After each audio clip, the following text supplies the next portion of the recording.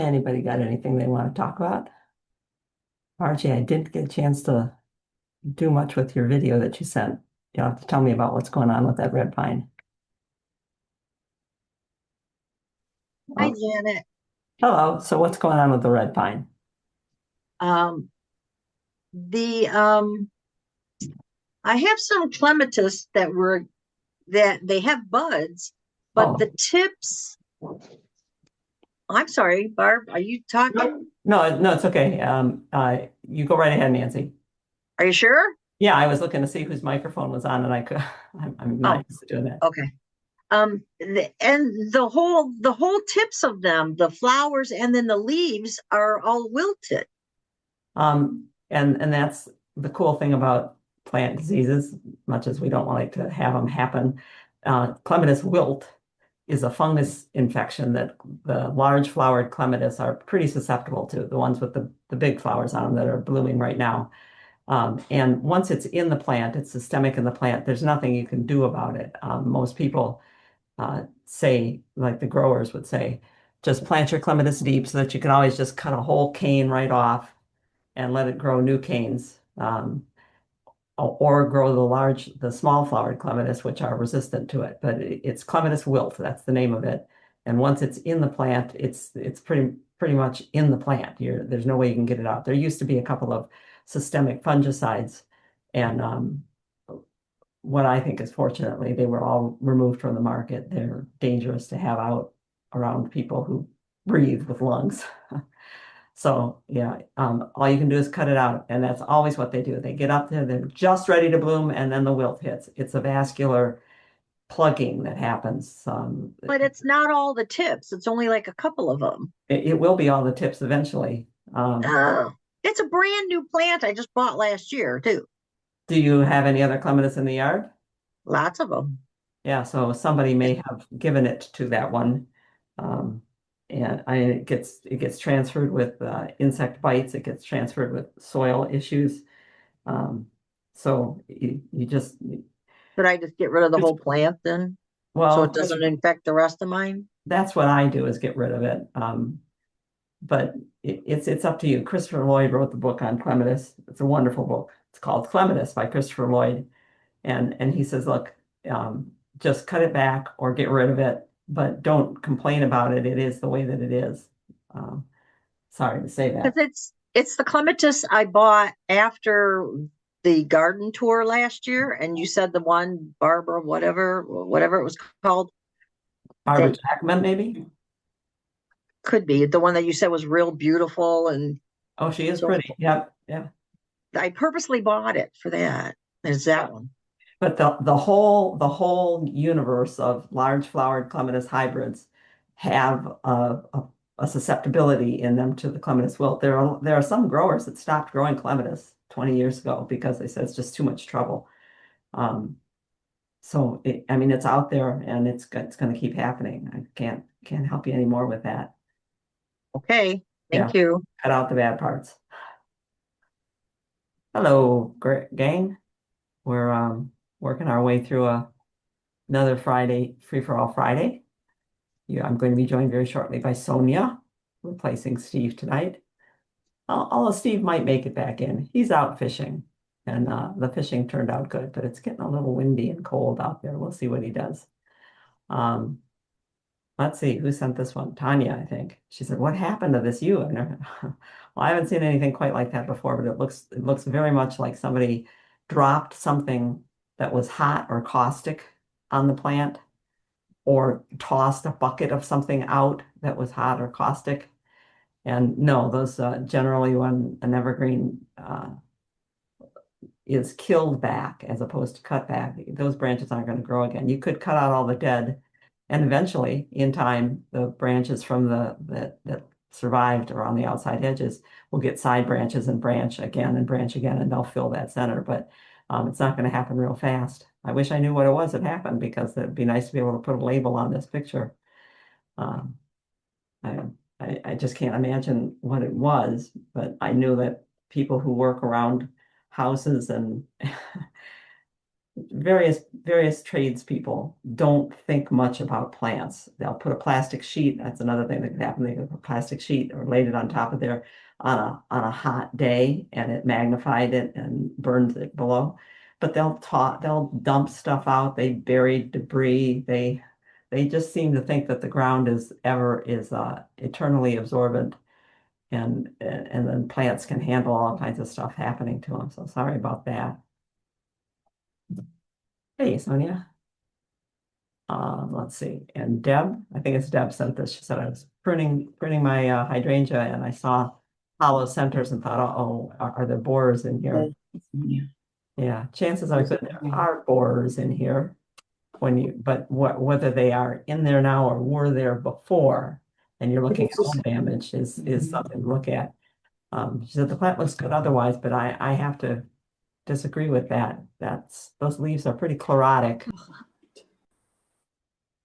But anyway, the leaves look chlorotic, and the trunks at the base do not look good to me. They might be pressing against each other. They might have something wrapped around them, but even a shrub should have something of a flare down there, and it should be getting wider at the bottom. I've seen some panicle hydrangeas that they're as big around as my leg at the bottom. So I would check and see what's going on with the roots.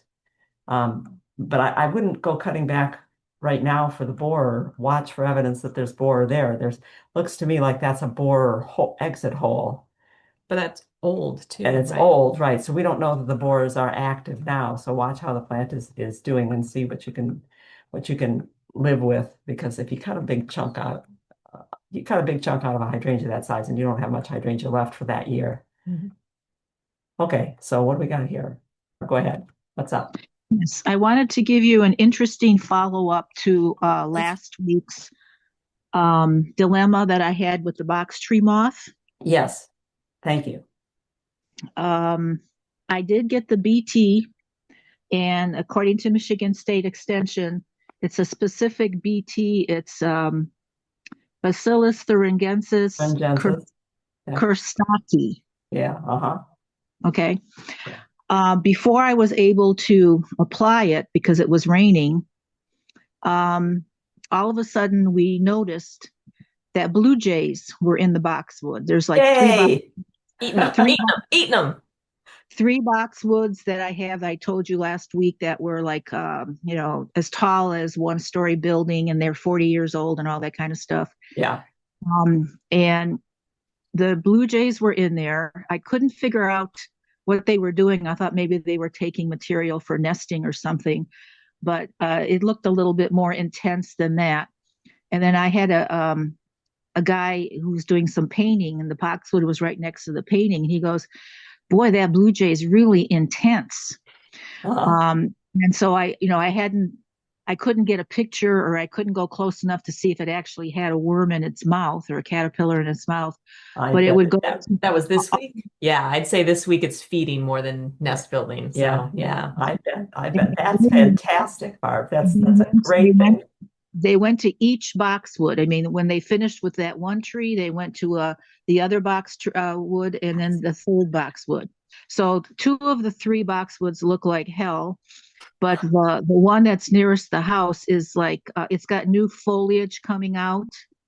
And so the question I had is, I guess I'm just going to wait and see what happens. But if I do apply that BT, does the blue jays doesn't affect the blue jays. It's a bacterium that's specific. That's why they had to get the Kerzoxy, because there's Israeliensis. Oh shoot, what's the name? There's one for mosquitoes, and there's one for Colorado potato beetle that are specific. So no, that's great. That is fantastic. Oh, what is the full name of BT? Let me try and you want to spell it here. Okay, are they going to eat a dead caterpillar is the question, and is it going to affect them if they eat a dead caterpillar? No, it's not going to affect them if they eat a dead caterpillar. These guys are grabbing them right now and giving them. I mean, they're going straight into mouth. Right in, yeah. Bacillus thuringiensis, THUREN. Yeah. GIS. Oh no, it's INDEN. Yeah. And it's Kursak, the KURT No, Z Kurstaki. Krsti. No, Kurstaki. Kirstaki. And it's sold as Bacillus thuringiensis. You have to read the ingredients label to find, but Mhm. it'll say that it's for caterpillars. Yeah. Well, thank you, Well, Rob. that's Thank you great. That's very, great very news. much. That is That's great good news. news. And always nice when the Blue Jays get to be the hero of the story. Doesn't always happen. Yeah, it doesn't always happen at all. So I'll tell you what, let's see who sent this one in. Rita did. She said, something's in my lawn. And we've talked about how you get holes in the lawn where animals have been working away and getting grubs. I said, those holes look an awful lot like, you have to click on that screen. And Click on it. yeah, those holes look very round and very regular. I said, that's a bird that stuck its beak in and rotated its head. I said, starling, flicker. And then I got an email back from Rita shortly after I hit send on my, I think, a grackle or a starling. She said, or a flicker. She said, I saw a flicker out there working the lawn, so I'm going to stop trying to get rid of it. And flickers they're woodpeckers, but they're ground feeding woodpeckers for the most part. So you'll see them on the ground, about the size of a robin. Got a red orange splotch on the back of their head that makes them stand out. They're really, I love flickers. And so we have two bird hero stories tonight, which is good. Yeah, because that would be there'd have to be motion here because that's a big hole for a beak otherwise. Yeah. Yeah. They got that grub and they're feeding it. Yeah. Wow. Bev, are you still there? Let's see. I'll do an S on mute. No. Okay. I think we'll go ahead and get started then. All right. All right. Oh, we didn't talk about who was going to actually get started. I don't know the script. Okay. I was going to make some joke about I'm Steven, but I'm shaved. Welcome to Free for All Friday, where we welcome all gardeners to come celebrate growing and cultivate problem solving. This is our 43rd edition of Free for All Friday. It's May 30th, and it's high time that we had some warm weather to work with this weekend. We're coming to you from gardenataz.org. I'm Janet McConovich, and she is not Stephen Nicola, although he did shave his beard one time, and I did not know who it was who came to the door when I came home. I had no idea. So it could be Stephen. Scream and slam the door. We're asking people to keep your microphone muted and your camera off because you can chat or raise your hand to participate. And we want you to participate, but do it with either chat. You can go into the chat and do chat to the whole group. Don't switch to chatting just to Janet and Steve or just to Janet and Steve, because we will tend to mess that up in responding. Your hand, if you want to raise your hand, what we'll do is make note that your hand is up. And the next time we come to a questions break, which we've got all throughout the day, the program, we can say, okay, John, your turn, and you can just turn your microphone on and talk, which is really nice to hear other voices. And that raise your hand control is either in the reactions menu or it's on the participants menu. Look around, you'll find it. So Free for All Friday, which means we can talk about anything we want to talk about. Stephen, the fisherman, may or may not come in, and if he does, I hope he doesn't bring the fish with him. We'll have to see a picture of Sonia later, or you can look right there. I'm Sonia. Yeah, you can rename us. I'll rename us. All right. We are glad if you're using the website and so glad of the things that people tell us at Free for All Friday, because we are able to post these Free for All Friday recordings with detailed descriptions of what's in them and how you can find them on the recording, and people can learn the straight scoop, like the most recent scoop about the boxwood tree moth that last week the caterpillars were out, which is ahead of the schedule that we were told we should probably look for. So that's good. And today we learned that the blue jays like to eat them. Oh, wrong windows. It's okay. Lots of things up there already that you can search for, but enjoy Free for All Friday. So are there any questions in the group here? Well, we just got something from Michelle. I was watching insect series of shows on PBS yesterday. God bless PBS. Within the last 30 years, it says 70% of insects are decreased or gone, and how dangerous that is for all populations. Absolutely. I mean, yes, the base of the pyramid. Entomologists and scientists of all types around the world have been sounding the alarm for at least 10 years now. There was a study done in Germany that was a 20-year study, and people scoffed at it and said, no, it can't be. Then there was a study done in Australia, same thing. Something that we're doing and we don't know what it is that we're doing, is affecting the insect populations. So the insects might still be there, but you know what it used to be like to drive in the summer on vacation and have to stop and scrape your window off regularly. You don't have to do that anymore. You couldn't step outside the door in the evening without mosquitoes all around you. Now you can step out and walk probably 10 paces before one of them finds you. Yeah. And that's bad. The birds migrate to here because we have a big explosion of growth and a big hatch of insects that are there to eat that new growth. And without those insects, then the birds fall off. And without the birds, there are others. They're the bottom of the food chain. Yeah. So we just got a interesting comment in here. I'm just going to expand this chat a little bit. Diane was saying the lawn with the holes, that they are the right size for emerging cicadas. And Diane saw the other day another Ohio brood emerges this year. Didn't look at the map or the timing, but yeah, that's another point. That's yep, it could very well be. Although and- it's a little bit early for those cicadas. But who knows? Everybody's off on their schedule this year. Thanks, Yeah. Diane. Yeah.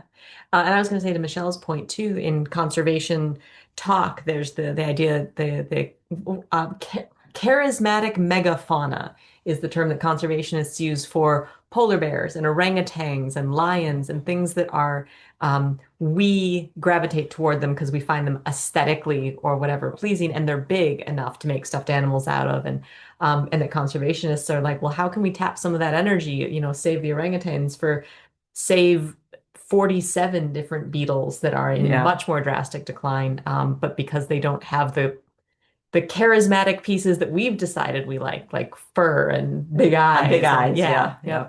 yep. So Karen has a question, advice on growing spigelia? Spigelia is fairly new to us too. I've admired it before. It's got a little red trumpet flower, and I have seen it growing in the shade in the south. I had assigned it in my head as a shade plant, but Pierre Benerup included it on his list of natives that are lesser known and worth growing, and said it belongs in the sun. So we got some spigelia and we're trying it this year. My friend Debbie has it in her garden, and it's quite nice. It's a mannerly plant, maybe 18 inches, 20 inches tall. And the flowers are not profuse. There's just a little bit, and a woodsy loam does seem to do them well, even if they need to be in the full sun. They're doing really well in a nice old garden soil. But other than that, I can't tell you too much. Yeah. Nancy has tried them twice and killed them both. Yep. Well, two of the best plants people that I ever knew, Bob Stewart, who's now gone from Arrowhead Alpines, he's left this plane and he's gardening someplace else. And Tony Avett were talking one day, and they said we gardeners should have shirts that say how many species we've killed. Yeah. Because that's what counts, is how many times you've tried to grow something. Yeah. Michelle, thanks for that. The show on PBS about insects is called Bugs That Rule. And yeah, some bugs are beautiful. Absolutely. And I love that PBS and the producers of the show are trying to make that effort to expand our notion of what is charismatic fauna worthy of our attention. I see Bev's hand is still up, and I think I'd seen your mic go on. Bev, are you back? Do you have a question for us? Or we seem to keep missing you. Very bad. Okay. All right. We'll get to Beth sooner or later, I'm sure. We want to take another look at starting with good roots. I'm sorry for the broken record, and I'm still looking for somebody to suggest a new analogy to broken record, since nobody knows what a broken record is anymore. But starting with good roots, for Stephen and me, and Sonia too, it's been working this way. It's all or nothing. If we have to replant afterwards, okay, but we're going to plant good roots to start with.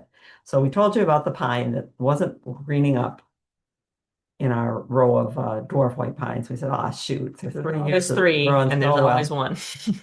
And then it just totally browned out. And I took a look at it, showed you that it looked like borers had gotten into the trunk, and probably had gotten into the trunk because at some point after I planted it, it slumped to the side and was sitting against the moist ground, and that was probably stressing it out. That plus so many plants growing close around it were helping.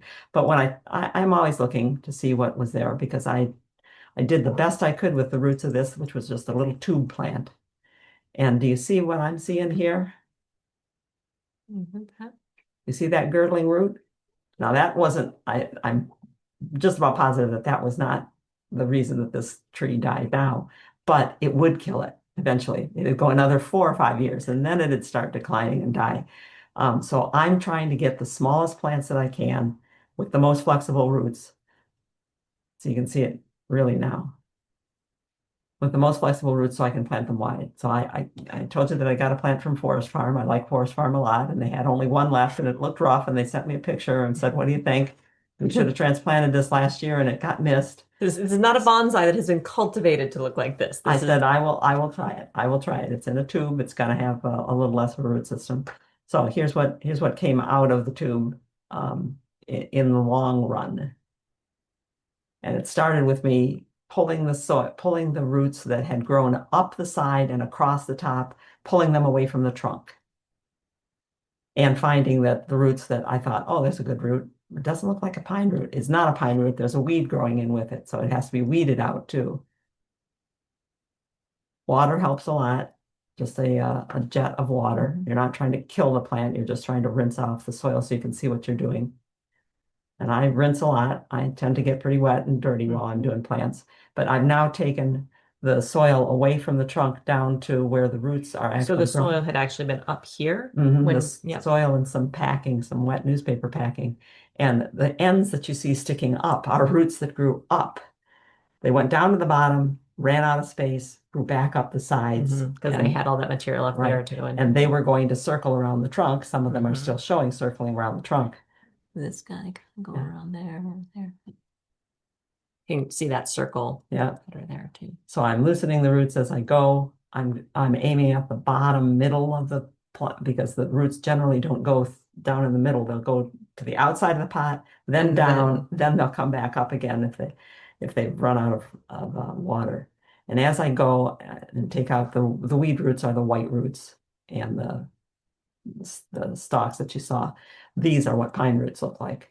And I'm a little discouraged as I'm pulling out the roots that the roots are not very lively. I'm not seeing a lot of growth on the tips. all dark everywhere. Yeah, they do tend to be dark, but the tip will be a honey-colored new growth. You can tell that it's new growth coming. But once I get them unwrapped from the pot, and that takes a lot of, you can see bare hands, you can't really feel this well otherwise. I've got a lot of extension.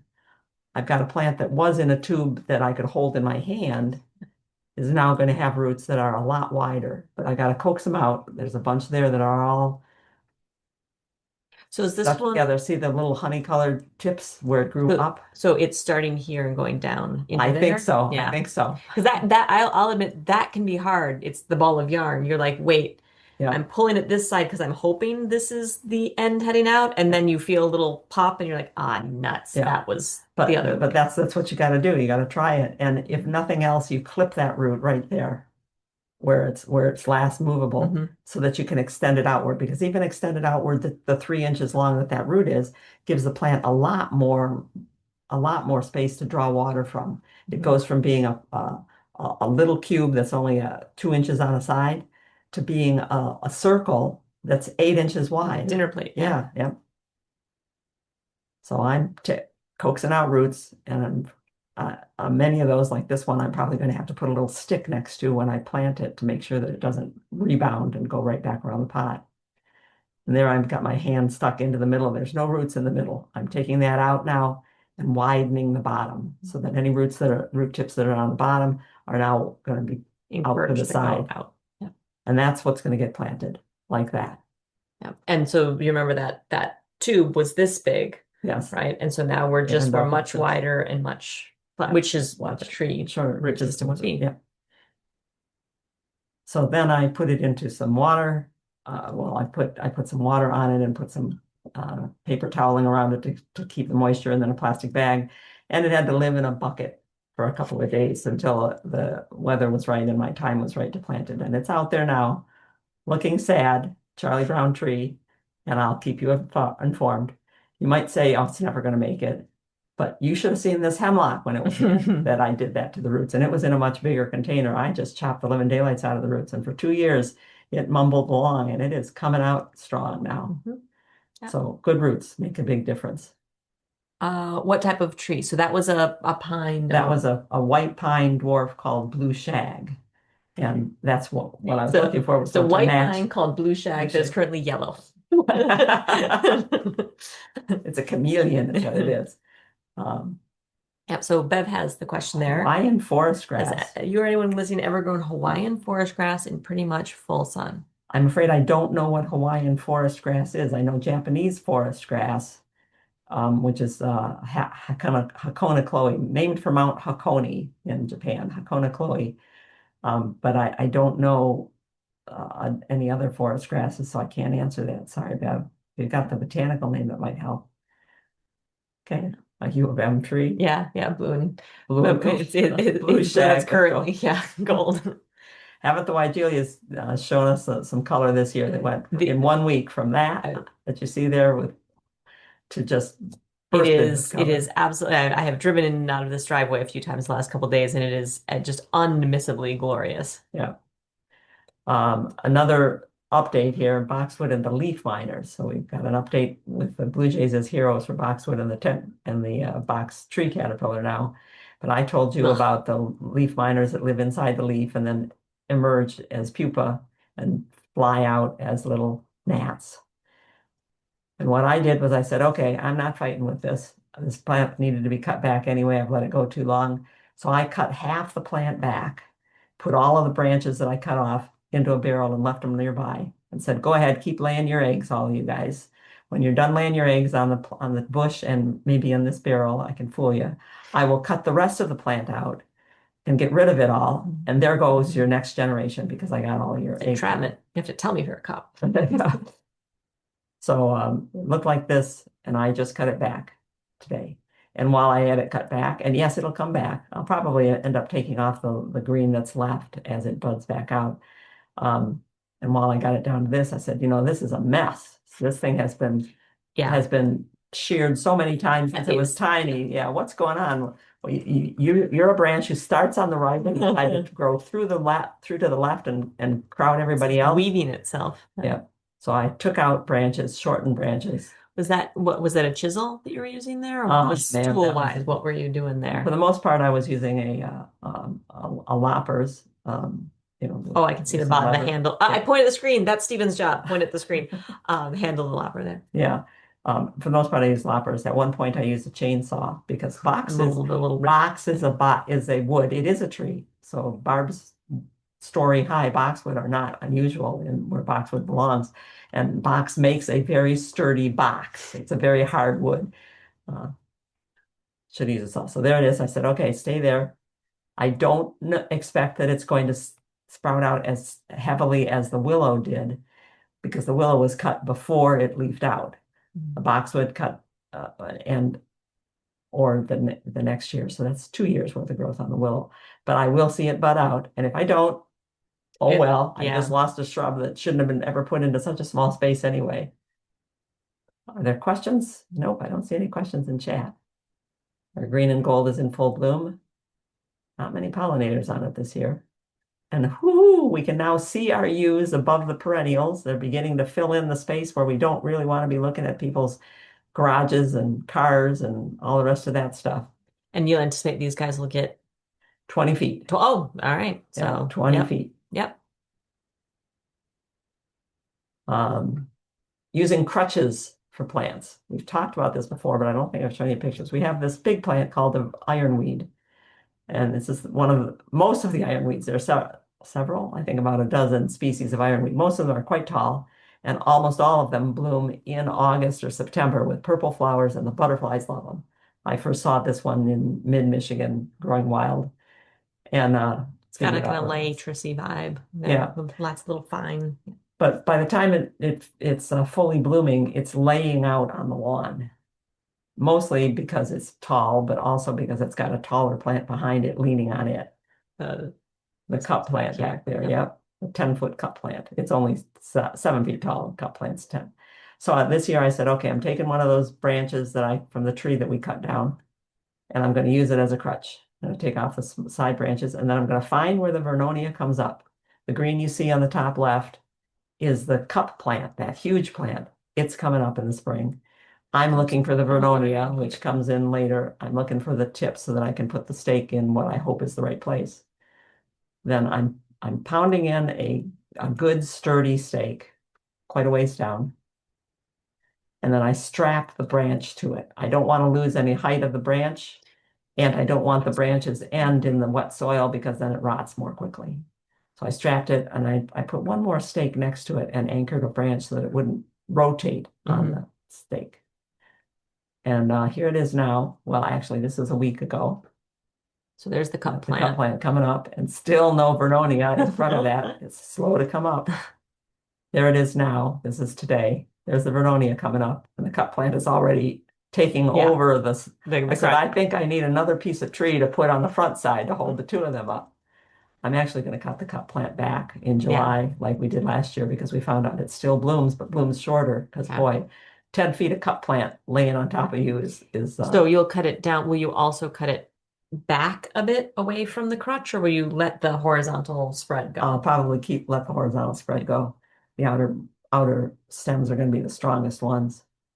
And I put a crutch on a little crabapple too. This is a crabapple that had its roots manipulated, just like you just saw earlier last year, and put in the ground. And it's growing great. In fact, now that it's fully leafed out, it's so heavy on the top that its reduced root system is causing it to tip to one side. Rather than put a string or a rope around it and yank it all uphill, put a crutch that can support its weight on the downhill side. You get much less damage to the trunk, and the trunk is still able to grow. It's not constricted. And when you do that, again, you don't want to lose the height of the crutch that you're using. What you do is you put a stopper in, you put a brake in. So the branch doesn't slide back Yeah. the downhill. And that will, for the year, that will hold it. That's still my protection from the deer. The deer go ahead and eat the leaves. That works all right, but I don't want the bucks to get their heads in there and bark up that tree. So that's actually a good segue to Suzanne and Michelle's questions about the ewes that you were mentioning. How do you keep the deer from eating them? And you don't. We don't. We decided that if we see them begin to eat the ewes, then we'll protect them. But they haven't for whatever reason, and they walk right through there. They eat other stuff. I'll show you in a little while. They eat other stuff, but they haven't moved in on the ewes. Once the ewes get bigger and they're 10 feet tall and 15 feet tall and 20 feet tall, I don't really care if the deer eat the bottom part of them as far up as they can reach, because what I need is that block further up anyway. Yeah. So if there was a concern with them eating, you'd probably do like the sort of chicken wire fence like you do with the beaches. Yeah. Bev is following up about, it's not the Hawaiian forest grass, it is the Japanese forest grass, the In the Hakona sun. Kloa. I've seen it in the sun in cool places up north, for instance, where it's cooler in the summer than it is here. I suspect that you have to have a really well-drained, very regularly irrigated water for it. And it will probably bleach out a little bit, at least the golden one will. The green one, I don't know. And there are some beautiful Hakona Kloas other than Macra aureolata, which is the yellow one. There's one with a stripe on the leaf. There's one that's all green. There's one that's smaller, one that's larger. There's a lot of really good forest grasses. I imagine if its name is to do with where it's from, Japan is so much further north than us and is not super, it would be, out in the northeast here might do better. So much further north. Phlox divaricata or Chrysogonum virginianum Pierre, which one wins in the who wins? Chrysogonum or Phlox divaricata? I think that might be a pretty even battle because the phlox can kind of reach over the Chrysogonum and the Chrysogonum has to spread on the ground. I think that might be a pretty even battle. I want to make sure that I got the right color of Phlox divaricata because boy, it could really clash with the Chrysogonum. Carol's asking if the tree's leaning and not straight, if it needs the crutch. Do you straighten then prop with the crutch to keep the tree straight? Oh, so if it's already, sure. You put the tree into the position you want, but you're not. I don't do what people do. They look and they say that tree's crooked, and 2 years later they put a rope on it and winch it back. Yank it This back. one's still moving in the soil. It's still wobbling down at the base because it's still not got enough roots to get enough weight on it. The weight of the soil on top of the roots is what holds a tree up. No matter how big the tree is, it's the weight of the soil. So the total amount of ground that they can cover is how much anchorage they've got. And if the lean is really dramatic, would you recommend actually digging and resetting. Yeah, we've had to do that a couple of times. Because I could imagine if it is quite dramatic, putting that crutch up would put a lot of pressure right Yeah, on that. yeah. Yeah. Yep. See a hand from Margie? Hey, do you hear me now?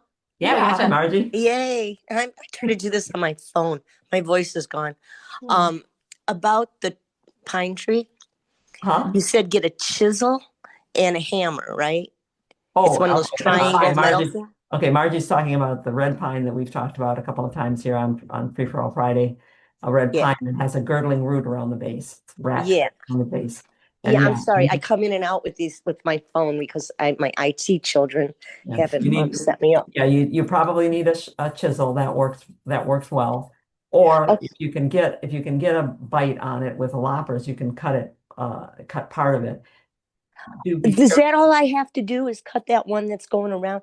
cut it all the Because way I back. see you, I Cut it see you, what? You need to cut that root out all the way back to where it started to curve. You need to cut Okay. it so that the stub that you leave, if you leave a stub, is pointed out away from the trunk. Okay. Do I have to And dig down like you do sometimes around the trunk and dig a there, hole? there may be other girdling roots down there, but the one you can see is the one that you want to get out right now. First? Okay. Do be careful when you cut it. When you cut a girdling root, understand that there could be a lot of pressure on it. Don't cut it with it in front of you. Go around the back side of the tree and cut case the it's- end because it might spring out at you. Okay. Do I have to use a lopper or like if You I can use a lot. Yeah, you can use a lopper, whatever you can do without like damaging the trunk. the trunk? Yeah, a little saw maybe, like a root saw. If you Yeah, can be really fine and yeah, not end yeah, up nicking the trunk Yeah, if you're yeah, going. yeah, Yeah. yeah. Yeah. yeah. Good Yeah. luck. Yeah. Oh, thank you. Bye. Suzanne is saying she has a very productive paradise apple tree in the thumb area. It's about 7 or 8 years old. Stripped of its bark last winter. Deer, Yeah. somebody? Yeah. Or porcupine. Yeah. Most of the branches are bare. It's struggling to send out leaves, but the deer did a number on it. Anything to say, oh, the bark is. If they took all the bark off, they did that in order to eat the cambium below. And it goes all the way around, even in patches, quarter of the way around down here, 6 inches up, Just another quarter of the plated. way. There's no way that the leaves can communicate with the roots. Yeah, that's so sad. That happened one time when I planted a crab apple for a client. I planted it today and I got it all in the ground. I said, tomorrow I'll come back and put my stakes around you to protect you. Tonight, the deer came Yeah. and barked up the tree. But since I was there immediately, I was able to pack the wound with a moist cloth, and then I wrapped the whole thing with an ace bandage and said, "See if we can keep the cambium alive to knit over." And it did knit Yeah. over, but it was just 1/4 of the tree, not the whole tree. I mean, would it be a right analogy that when the cambium gets too damaged, it's like our spinal cord? Like once that gets cut, all the communication gets. Is Yeah, that- it's like the spinal cord, or it's kind of hard to make an analogy, to yeah. us because we are a little more complex. Yeah, but that it's not just flesh. starch is right. Yeah. Starch has to flow down through the cambium to the roots. The leaves are the only thing that can make starch, and they have to feed the roots.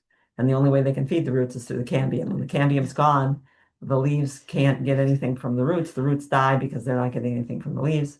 Yeah. I'm sorry. Yeah, that's tough. Yeah. Frickin' deer.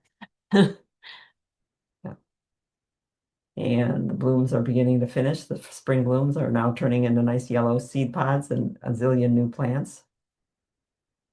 Sonia, blue star is beginning to bloom. Okay, and it's the time of year when Sonia can tell you about this because Yeah. we've been talking about her own garden. So like I think many folks of y'all's acquaintance, and maybe particularly husbands, my husband loves bulbs. He loves very, very bright, big. He wants the yard to be just vivid and packed with color. He wants it to look like a Royal Botanical Gardens planting. And I mean, who doesn't like having spring bulbs around? So we have been working on ensuring that there are a lot of tulips in the yard. Every couple of years, he goes and orders more, and we dig more in. And I can say, Brenda, right now, it is not too early to cut back those. I just nope, get them gone, get them gone. But every year we have attempted and usually fail to properly document where our gaps are that when the tulips are blooming, it looks great, especially on this angle. We're looking along the side of the garden. Um, that there are noticeable places, especially over here, along here, that for some reason we keep thinking we had tulips in there and we don't.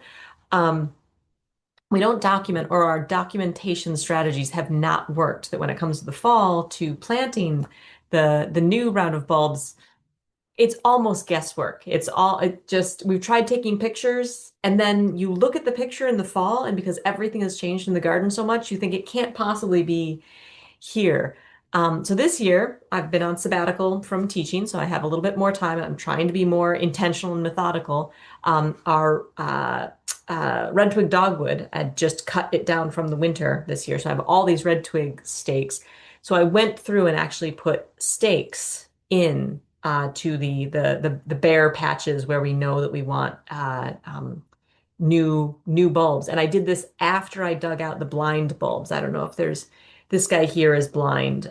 So when you look at it here, even if you're not seeing all of the blooms, you're getting distracted by the fact that there are blinds in there as well. So I went through before the tulips finished blooming, dug out the blinds, and then stuck red twig sticks into the ground. That I don't have a picture of the stakes in, but I used these guys to try and mark the place. But we're also thinking that I would like something a little bit more charming than just a red twig stick. And should that red twig stick get dug up by a squirrel and fall over, and I'll lose its intentionality. So I'm on the hunt for something adorable, a little gnome, but he needs to have a little spike in so that he'll actually stay in. I need something that is a charming way to mark the spot, that isn't just try to take pictures or memory. So I'm curious if anybody has not the strategies that should work, like documenting, like taking pictures and writing what's where, but practical strategies for remembering where this spot is, because that delphinium in October will be big. It'll be big enough that I'll look at this space and say, I couldn't possibly need Put anything there because the red twig is big again and the delphinium is big. So I was going to throw it to the crowd about whether yeah, now we'll have red twigs growing over. Michelle, I actually cut the red twig 5 weeks ago. The twigs have been drying out for a while. They've been laying against the foundation of the house in the sun. So hopefully She has nixed she has that. definitely had some volunteer red twigs from her use of the twigs as Yeah. fences and decorations. Yeah. So I'm just curious if anyone has any practical tips or strategies, that maybe even come with a little bit of fun, like cute gnomes or something, just to encourage us to get done what needs doing in the spring. A different color of mulch, that's interesting. That is interesting. You could Yeah. even use a dilute bleach solution and bleach the mulch Uh-huh. in the places. So you say, every place where my Yeah. mulch is white, Yeah. because if you figure the delphinium will cover the area, you're not going to notice it until later. Although I will say a development in my neighborhood as of the last year or so is that we now have quite a number of house cats that are pets but are allowed to just be free range all night. And this bed in particular, because of the sun that hits here, they love this dry stuff. So this bed is getting dug in by cats more often than not. Nancy, little plastic ladybugs on metal stem, that very visible, but also cute, not distracting, not like I've put Yeah. tchotchkes all over my yard, but just a very distinct, I like the texture idea too. I'm assuming the ladybugs are like little, plastic or like glass, something that doesn't get lost in Where'd you get them, Nancy? Where'd you get them? Painted chopsticks? Yep. Mm-hmm. Yep. Never cut back bluebells. Is there any reason not to? I cut them back just to give more room in that bed, but I cut them back if I have time to cut them back, just because I don't really want to look at the yellow foliage. I generally have them paired with another plant, and I don't want them distracting from that plant.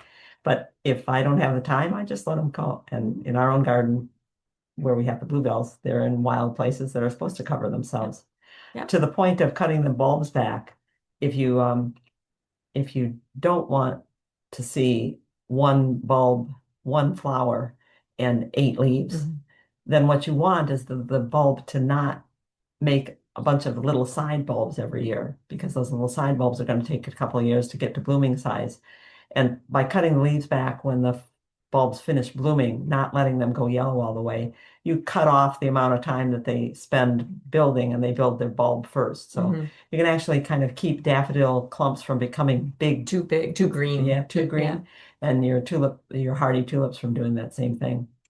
I will also say I'm staring at this and seeing this is an older picture. This is from maybe 2 years ago. I just needed something that was on my phone here.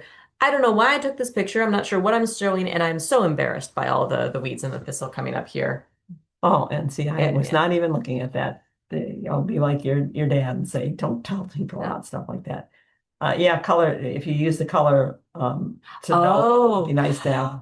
Yeah. Oh, that is also clever because when we just put the new batch of bulbs in last fall, I had said, let's not do too many of the bright, warm yellows and oranges. I feel like we have enough of that. And then it bloomed this year. I was like, need more yellow up in here. So some color choices. Or Nancy with getting the ladybugs, I bet other little bugs, a bee here, a ladybug Right there. here. Yeah. That's a great idea. Finally got to plant my veggies and some of my deck pots. This is Callie helping with that. It has been, I know it's been cold everywhere, but Ontario has been quite cold, and I took the risk. Everyone cross your fingers for Sunday. I think that's going to be our last hump day for keeping those guys happy in the veggie garden. Nancy's suggesting using artificial flowers. And Oh, I have a client who switched to doing that in a couple of places. She just would go to the dollar store and get another different kind of flower and put them out. Mhm. Fooled my sister. She sent me pictures of flowers on a balcony. She said, "What are those? I have to have some of those." And after a good hard look, I said, "Those don't exist in nature. Those are not real." Those are, wait, what was the euphemism I saw at a nursery at Christmas time? The euphemism for plastic plants was oh no, what was it? I'd never heard it before. Imperishables, or it was something like that. It was that I had never heard that used before. Instead of saying fake flowers or plastic flowers, it was imperishable flowers or something. Yeah. Just some notes about weeding, because people complain about how do I get out of weeding. You don't. If you've got a good garden that's growing things, it's going to grow plants that you didn't put there, and anything you didn't put there is a weed. You could maybe get out of it this year, but if you get out of this year, you're not getting out of it next year. Yeah. The farmer's saying is 1 year's seeds, 7 years weeds, because those seeds live in the soil. I find that it's fussy work. And for instance, my brother-in-law has not weeded in an area where I helped him identify what's a weed. Ow. Yeah. Oh, that's a stout thistle. I'm gone. I hate it. And there is a sedum that belongs in there. I can see one piece of the sedum conchaticum right there. Okay, here. Yeah. But it's hiding itself in among a bunch of creeping speedwell and chickweed. And I don't know the name of that geranium-looking leaf, but it is not a good plant to have around. It's nice when they look different, but those are the ones that are easy to pull. So having a good eye makes a big difference. RK saying for the plastic flowers, Farmer John's greenhouse calls them permanent botanicals. Yeah, I think it was something imperishable botanical, something ridiculous like that. Yeah. Thanks, RK.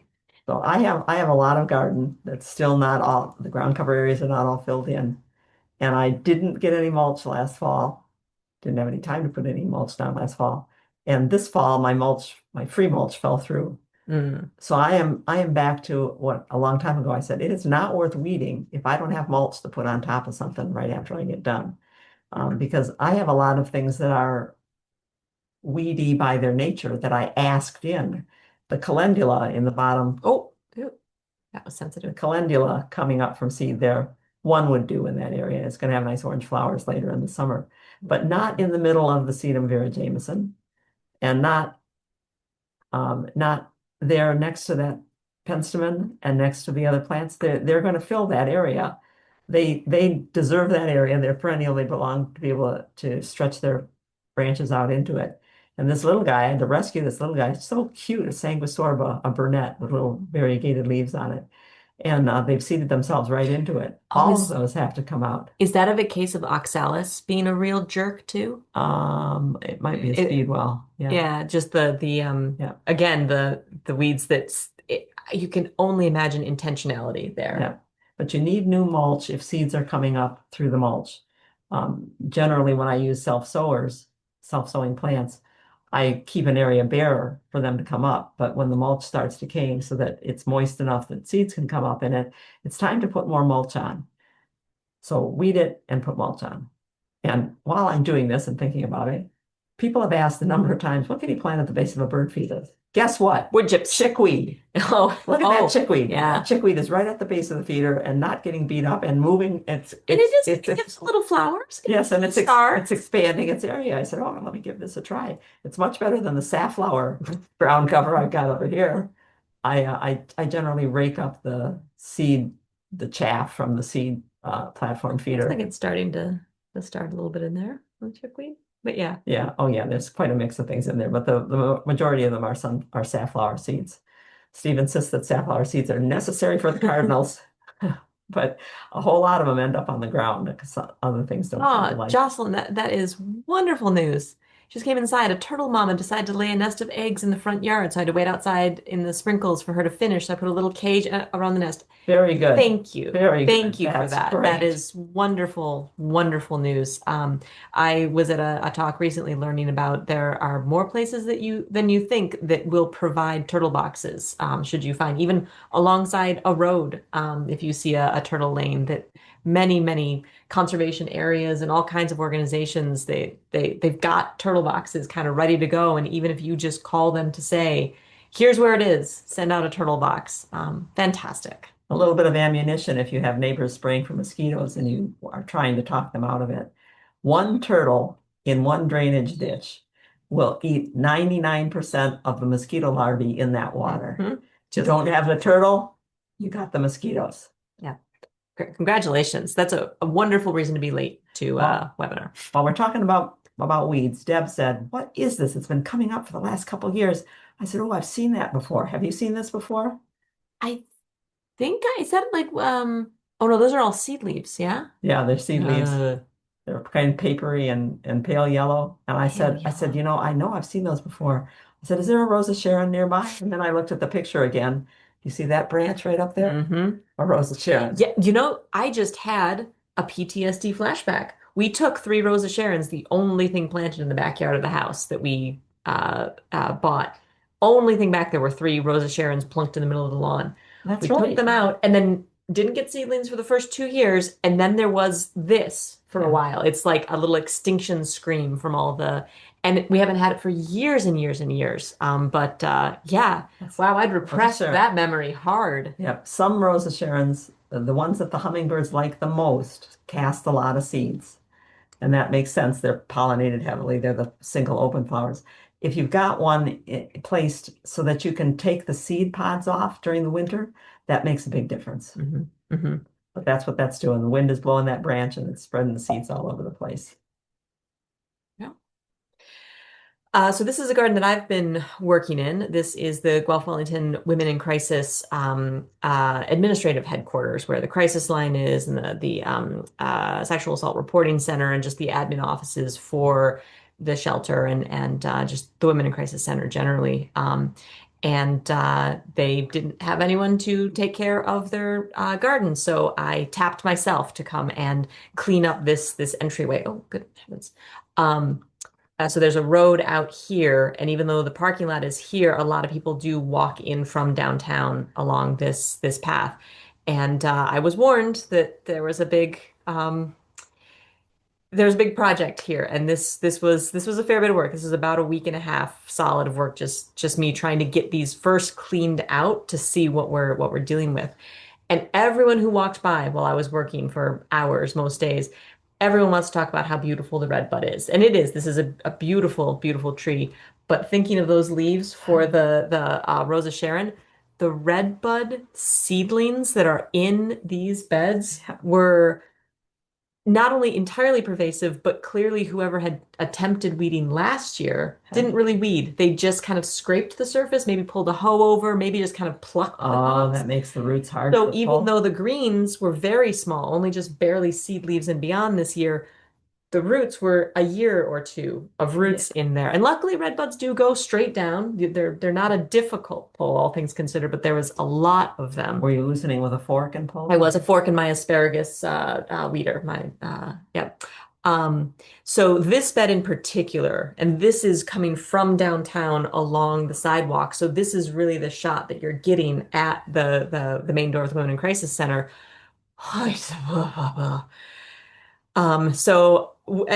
Before I could even think about what else to do, I know the dogwood has to come down, the Kusa. I probably want to take either the burning bush or the spirea out or way down. But before I could even start to think about this stand of weed poplars had to go. Everything just had to come out of the bed. And that's the best thing to do. Clear it out before you start digging and redesigning. Yep. And I like Janet always says, set yourself a task to do and don't get distracted by the next possible task. Because then I thought, well, maybe if I rearrange some of the stones and I did trim a little bit just to clean up, see all this dead in the spirea there. But I just had to keep telling myself, I'm not digging this tree of heaven or sumac or whatever it is. I'm not digging it out yet. Get everything out so I can see what's there. And this was on Wednesday this week. Yeah, because you came here. Yeah, this was Wednesday this week. Unfortunately, it is cedar mulch because it was bought with donated Canadian Tire gift cards, and so the manager of the property here just went to go and buy the bags, and she got cedar mulch, so it's not going to do a whole lot to really refresh the soil, but it is going to start keeping those weeds down. And where I pulled all of those poplar weed trees and all of just this junk here. I laid cardboard down underneath, wet that down, and then put the cedar over it. But now, at least that I've cleared it out, all of this piddly stuff that's in here, maybe I end up taking it all out, but at least now I can see it. And I can see that, yes, as you're walking from downtown along the street, these rocks actually were intentionally meant to kind of point you toward the door and welcome you in. And I can start to think about what needs to happen next. And so the last 2 days that I was working, everyone that walked by didn't comment on the red bud. They commented on how much better it looked once I started spreading the mulch. It is amazing what that cleanliness of the mulch bed will do to really draw people to make them feel good about the bed. Yeah, so weeding is at the base of the whole garden. We shouldn't complain about weeding. I try not to. Lots of trees this year. Lots of little baby trees coming up in our yard, and well, they just got to get pulled. Michelle is asking, will hoeing the Rose of Sharon weeds with a stirrup weeder work on the weeds at that seedling stage? I mean, it might, but after that experience with the red buds, I'd be wary. I would rather see myself pulling roots out to know that With a good sharp hoe, you can, but you need to sharpen the hoe. And you probably need to do that every other day because you scrape the soil, you're scraping grit across your blade and dulling it as you work. But yeah. Yeah. Also, and thank you, Judy and Diane, for the commendations. Something I am thinking about now that feel free to email Janet or mention in another webinar, especially if I'm around. I'm curious about what kinds of plants, not even design-wise, but thematically, when you think about a Women in Crisis Center, a center that is providing services, good and bad, to women who have good and bad experiences. Thematically, what kind of plants make you feel like, hey, this is a place for women to come for help, for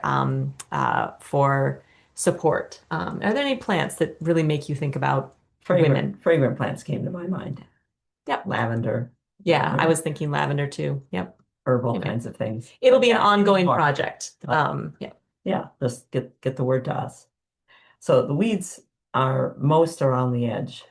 Dandelion, lame, dead nettle. Even this is a weed hosta coming up there. Generally, your edge is where things go. So you start weeding on the edge and move inward. I do this thing where I start weeding and then I crawl into the bed and then I follow the weed all through and I come out at a different place. And that's trouble because then you miss big gaps along the way. Oh, when we were talking about see who wins with our ground cover wards, this is a little over a week ago. And I want you to look at that space right there because from another angle, we looked at that space and said, wonder if the hostas will win. Do you see what the hostas are doing? They kind of pull their shoulders in, push their way up and go, ha, Yeah. I am here. Almost like a reverse umbrella. Pop up and open umbrella that way. Yeah. Yep. Oh, Michelle is asking, are totally leaves supposed to have dark, small, round polka dots on the leaves? Yes, they Yeah, do. they That's do. one of the reasons Yeah. they're called toad lily is because of that speckling. They're not always as distinct, but they are. Yeah, it depends on the variety, really. But yeah, their trout lily also has like streaks on it, like the sides of a trout. Is it time to plant annuals? Sonia called me and asked about this. My son didn't call and ask about. Ask the soil, not the calendar. If the soil is cold, hold off. Go cut your, this is me cutting my dandelion or my hyacinth and my grape hyacinth and my daffodils. I distracted myself because I'm going spare wanting to get my vegetables in. Distract yourself if you need to. Yeah, you can plant cool season vegetables out there, and yeah, they can grow on the top, but their roots have to grow. And the ones that like warm soil, their roots get stunted, and you have a bad plant the rest of the year. You can wait until into June. My granddaughter, my son couldn't wait. He and his wife like a variety of plants, and the kids to plant them on the deck. Although at least in the deck pots, I'm assuming physics says during the warm day that soil is going to warm up more than the ground soil is. Yeah. Are there any questions coming in? No. Mary Bells. I love them. It's always fun to make more plants, and it's especially nice to be able to make more plants of the ones that are hard to do. It's easy for people. Last night we were with the garden group from the neighborhood, and we were at Mona's house, and Nancy admired the sedum. Mona got her trowel out, and just dug up a piece of the ground cover sedum and gave it to Nancy. Or daisies are fairly easy to take a piece, but some of them are a lot tougher to do, and so they don't get passed around so much. We got a question this week from Diane about perennial geranium. She said, I'm not seeing any place on your site. I know I have the pictures, we'll show them to you here, of what the roots look like, and it helps to know what the roots look like. There are a lot of perennial geranium species. There's geranium sanguineum that's real pretty common. It's pink, and there's a white variety and a deeper pink variety. There's ballerina that's a little short one, ground cover one. There's Himalayense that's blue and tall, and there's a bunch of hybrids of Himalayense and some of the others, like Celostemum, that are real tall and have a different crown. Yeah. This is what it looks like underneath. There's a central place where all of the crowns come together, like you see there, and they branch off with roots that are, see how thick they are? And every one of those bumps there, as it gets out from underneath the shade of the mother plant, that bump will be stimulated to grow a new plant. Like this guy here. Right. This guy here. So any piece of root of most of the geraniums, you just loosen the soil under one side, reach under and grab one of those roots. You have a new plant. You can also divide it away from the crown. You can see they're clustered close to each other up here, but that's going to take a knife to break that loose and pull a piece out. The ones like Himalayense hybrids, like Roseanne, have a real tight crown, and it's even harder to get that open, but it does work that you can separate out a crown or a root. I would say if you go back there, so like those little pimples Those there. little pimples. And as long as then you want one nearer to the surface. So yeah, whichever one is nearer the surface gets apical dominance, and it develops the sprout that goes up, and the rest become roots. And these are tough plants. I remember when I first got my first perennial geraniums, it was from a client, and I as I was digging them and dividing them for her, I thought I should put these some at home because Grandma Frances gave me one when I was a little kid, and I forgot halfway through doing it. I got called into the house, and it was 2 a.m. when those plants called me and said, "I'm still sitting out here in the." And help. I went out the next day. They sat for 24 hours just sitting on the lawn, and they were just fine. Diane has mentioned about timing for veggies, that when the crabgrass and purslane emerging. So be careful too about where it's emerging. So crabgrass, I have seen a bit of. The purslane has been coming up, but in our patio. And so you're getting all that radiant heat from the stones. So it is a good rule of thumb, but also with a little bit of or being aware that you can twist that rule if you are getting desperate and dumb to get your veggies in the ground. This is Roseanne geranium. It's a cross between Himalayansi and I think Celostima. It's a great plant. It blooms all summer long, but it's got a real tight crown. I divided it 2 years ago. Margaret, I still have your division, and at this point, it's a huge division. But I didn't take pictures when I was doing that so that I could show you the tighter crown. But it is going to work that way. If you can get into the center, and Diane had a new plant she just got and wanted to divide it with the nursery, you can do that. This geranium Roseanne in by this time next month will be totally covering this whole area here with beautiful From sort flowers. of They late just down, they yeah. just keep going and keep going and keep going. It makes it all the way out on top of the vernal sweet pea. It's already by June covered the hellebore that's next to it. It's a big plant. And if after you put it in the ground, you get some of those stems and bend them down to the ground and bury them, Mhm. you can get a Mhm. rooted piece more quickly. Now Sonia wanted a piece of Vernonia. This is a shorter Vernonia ironweed. It's only probably about 3 feet tall.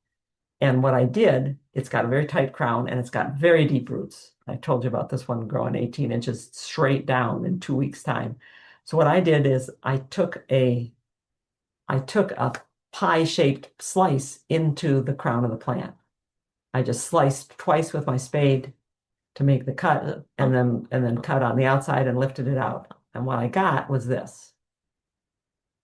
So I have a real tight crown, a lot of stems coming up, and you see that the stems on the side have their own roots. That's ready to go. That's a division ready to go. The others can all grow roots from that tissue too. So I separated out the ones that didn't have any roots to go by themselves and started a little bed of them. Insert your spade, push it forward to open a slit, Smush a little, yep. stick the cuttings in there because they are cuttings that are called And cuttings you can with just leave the spade right in there. Yeah, leave the spade right in there. Then take your spade out and make your next slit for the next bunch It smushes. and push it forward and it closes the gap. So I put about 15 starts out there and other people can have the ironweed called iron butterfly too. Suzanne is saying that her Roseannes, there's 3 of them, they're not spreading. Do you mean spreading like not like getting big and lean over, but actually spreading to cover bigger crown area? If you say that they're not spreading out to cover, if they're only a year or 2 old, give them time. Geranium Roseanne lives a long time.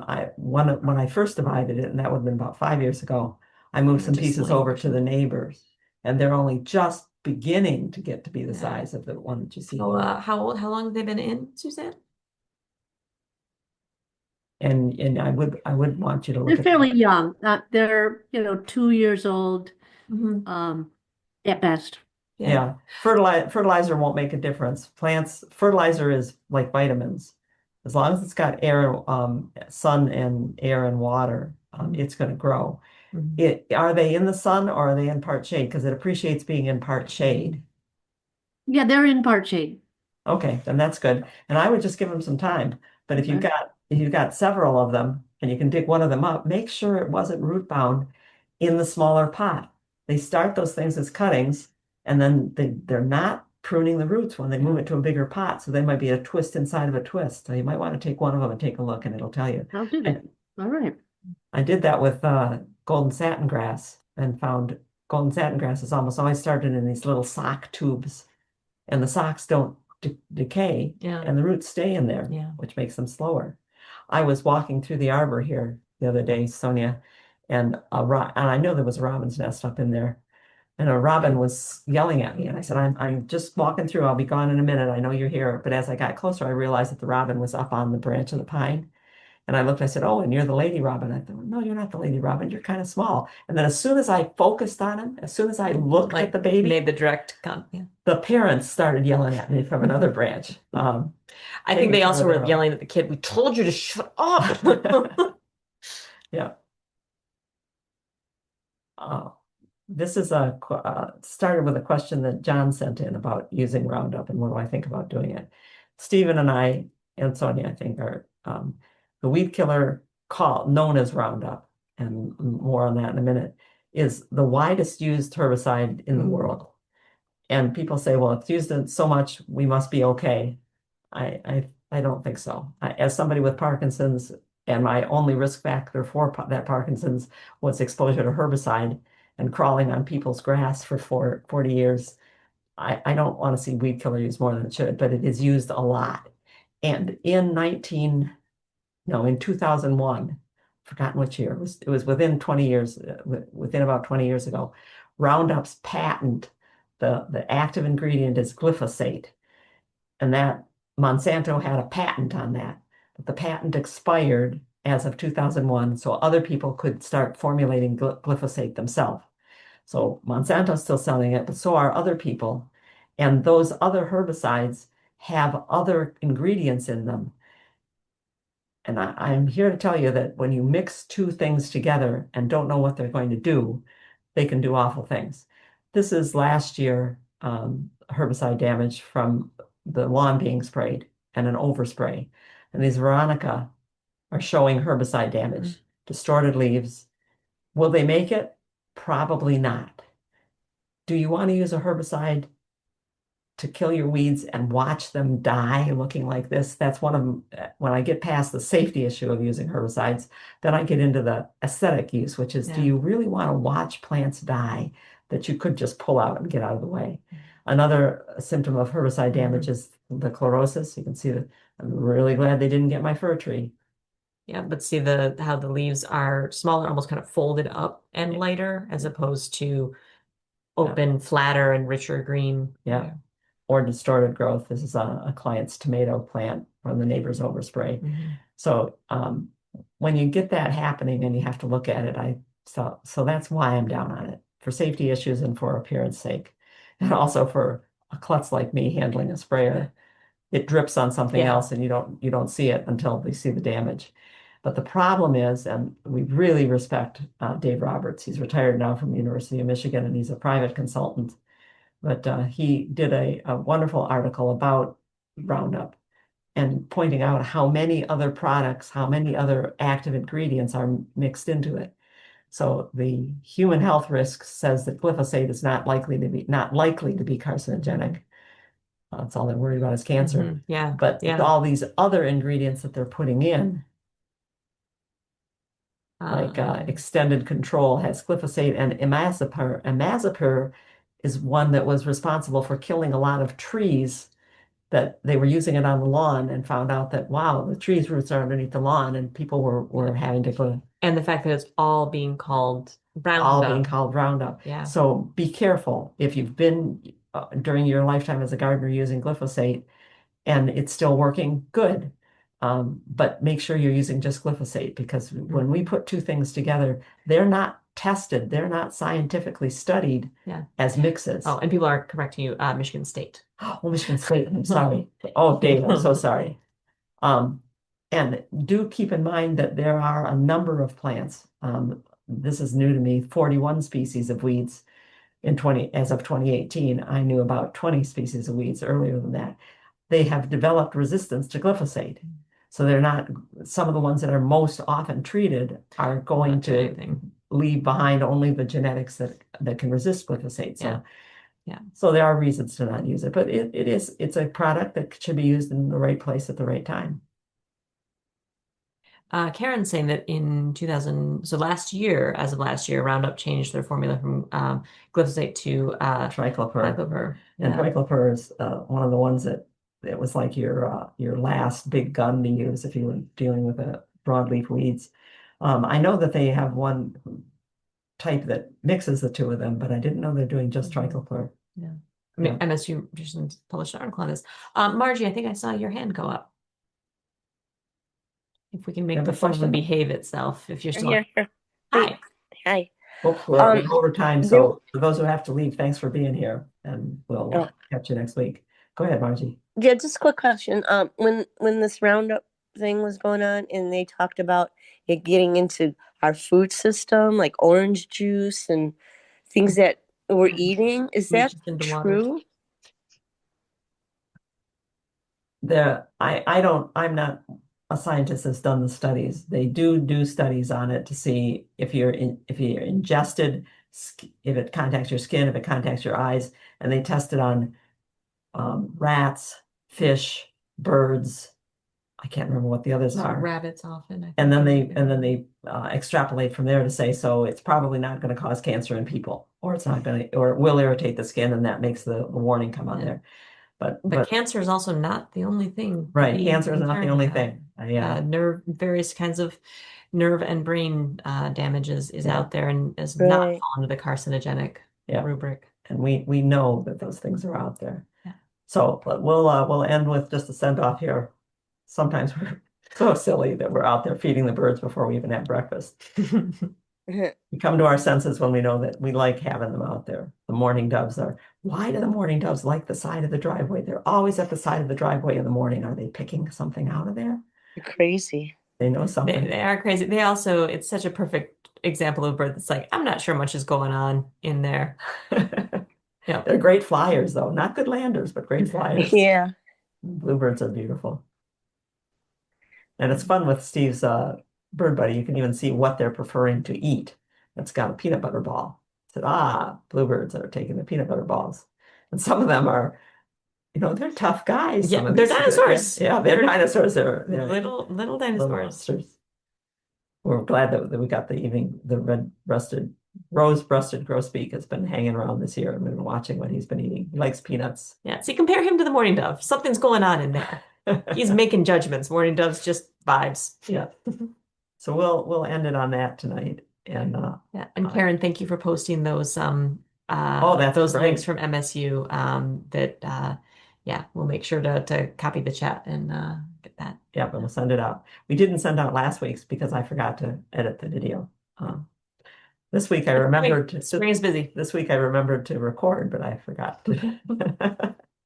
So we will see you next time. The locusts are blooming out there. If you smell something Yeah. sweet while you're driving along, Some of the them look black really locusts are nice, blooming too. very Yeah. nicely. Yeah. Diane, it was good to be here. I'm glad you guys were here too. Yeah. So that's it for this Free for All Friday from gardenataz.org. The next thing coming up is Saturday, June 7th. So that's a week from tomorrow. What Makes a Good Garden Plant is being run by Richard Hockey. He's the director of the plant evaluation trials at Chicago Botanic Garden. He is the best person in the country to talk to you about what makes a good garden plant. So our next Free for All Friday will be June 13th. It will be 2 weeks from now. I know that sounds like a long time, but Not 2 weeks. Send us an email, send us a text. We answer everything that comes in. Sometimes we're a little bit slow. Sometimes we do this on Friday, but we always send back to the original person. Thank you for being here. Thanks, Sonia. take very care, much. everyone. Thanks for having me. I heard the fisherman just come home. Yeah. Yep. Fisherman is back.